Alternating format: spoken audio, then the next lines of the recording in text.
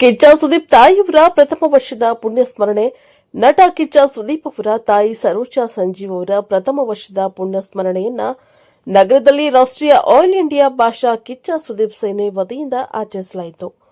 ನಗರದ ಚಾಮರಾಜೇಶ್ವರ ಉದ್ಯಾನವನ ಮುಂಭಾಗದಲ್ಲಿ ಸರೋಜಾ ಸಂಜೀವ್ ಅವರ ಭಾವಚಿತ್ರವಿಟ್ಟು ಪೂಜೆ ಸಲ್ಲಿಸಿ ಪುಷ್ಪಾರ್ಚನೆ ಮಾಡುವ ಮೂಲಕ ಆಚರಿಸಲಾಯಿತು. ಕಾರ್ಯಕ್ರಮದ ನೇತೃತ್ವ ವಹಿಸಿದ್ದ ರಾಷ್ಟ್ರೀಯ ಆಲ್ ಇಂಡಿಯಾ ಭಾಷಾ ಕಿಚ್ಚ ಸುದೀಪ್ ಸೇನೆ ಅಧ್ಯಕ್ಷ ನಾಗೇಂದ್ರ ಮಾತನಾಡಿ, ಕಿಚ್ಚ ಸುದೀಪಣ್ಣ ಅವರ ತಾಯಿ ಸರೋಜಾ ಸಂಜೀವ್ ಅವರ ಪ್ರಥಮ ವರ್ಷದ ಪುಣ್ಯ ಸ್ಮರಣೆ ಕಾರ್ಯಕ್ರಮವನ್ನು ಇಂದು ಆಯೋಜಿಸಲಾಗಿದೆ. ಸುದೀಪಣ್ಣ ಅವರಿಗೆ ತಾಯಿ ಅಂದರೆ ಬಲು ಪ್ರೀತಿ ಹೊಂದಿದ್ರು. ದೇಶದಲ್ಲಿ ಪ್ರತಿನಿತ್ಯ ತಾಯಿಯ ಪಾದ ಪೂಜೆ ಮಾಡುವ ಏಕೈಕ ವ್ಯಕ್ತಿ ಸುದೀಪಣ್ಣ ಆಗಿದ್ದಾರೆ. ಸುದೀಪಣ್ಣ ಅವರು ಅವರ ತಾಯಿ ಅಗಲಿಕೆಯ ನೋವಿನಿಂದ ಹೊರಬರಲಿ, ಅವರ ತಾಯಿಯ ಆತ್ಮಕ್ಕೆ ಶಾಂತಿ ನೆಲೆಸಲಿ ಎಂದು ಆಶಿಸಿದ್ದಾರೆ. ನಗರಸಭಾ ಸದಸ್ಯ ಶಿವರಾಜ್ ಮಾತನಾಡಿ, ನಟ ಕಿಚ್ಚ ಸುದೀಪ್ ಅವರು ದೇಶದಲ್ಲಿ ಒಬ್ಬ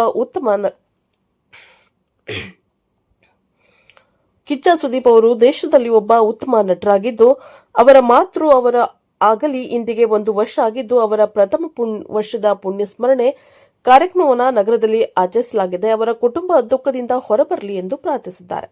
ಕಾರ್ಯಕ್ರಮದಲ್ಲಿ ಆನಂದ, ಚಂದ್ರು, ಪುಟ್ಟಸ್ವಾಮಿ, ಲೋಕೇಶ, ಚೇತು, ಸಂತೋಷ್, ಮಧು, ಹೊಮ್ಮ, ಸೋಮನಾಯಕ, ಕುಮಾರ್, ರಾಜು, ನಗೀನ್, ಬಿಳಿಗಿರಿ, ಕಿಚ್ಚು, ಸುದೀಪ್ ಅಭಿಮಾನಿಗಳು ಭಾಗವಹಿಸಿದ್ರು.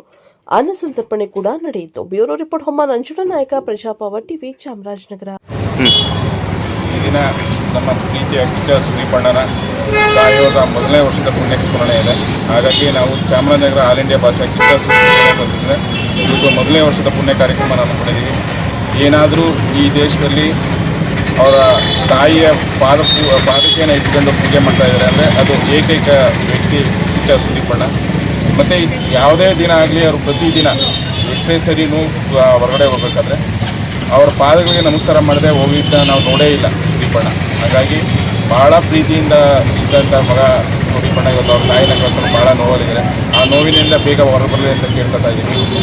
ಚಾಮರಾಜನಗರ ನಾಯಿಗಳ ದೇಶದಲ್ಲಿ ನಮ್ಮ ಕಲಾವಿದ ಅಂತೇಳಿ ಇಡೀ ದೇಶದಾದ್ಯಂತ ಕರ್ನಾಟಕದಿಂದ ಹೋಗಿ ಹೆಸರು ಮಾಡಿರುವಂಥ ನಮ್ಮ ಕಿಚ್ಚ ಸುದೀಪ್ ಅವರ ತಾಯಿಯವರು ನಮ್ಮನ್ನೆಲ್ಲ ಆಗಲಿ ಇವತ್ತಿಗೆ ಮೊದಲನೇ ವರ್ಷದ ಪುಣ್ಯ ಸ್ಮರಣೆ.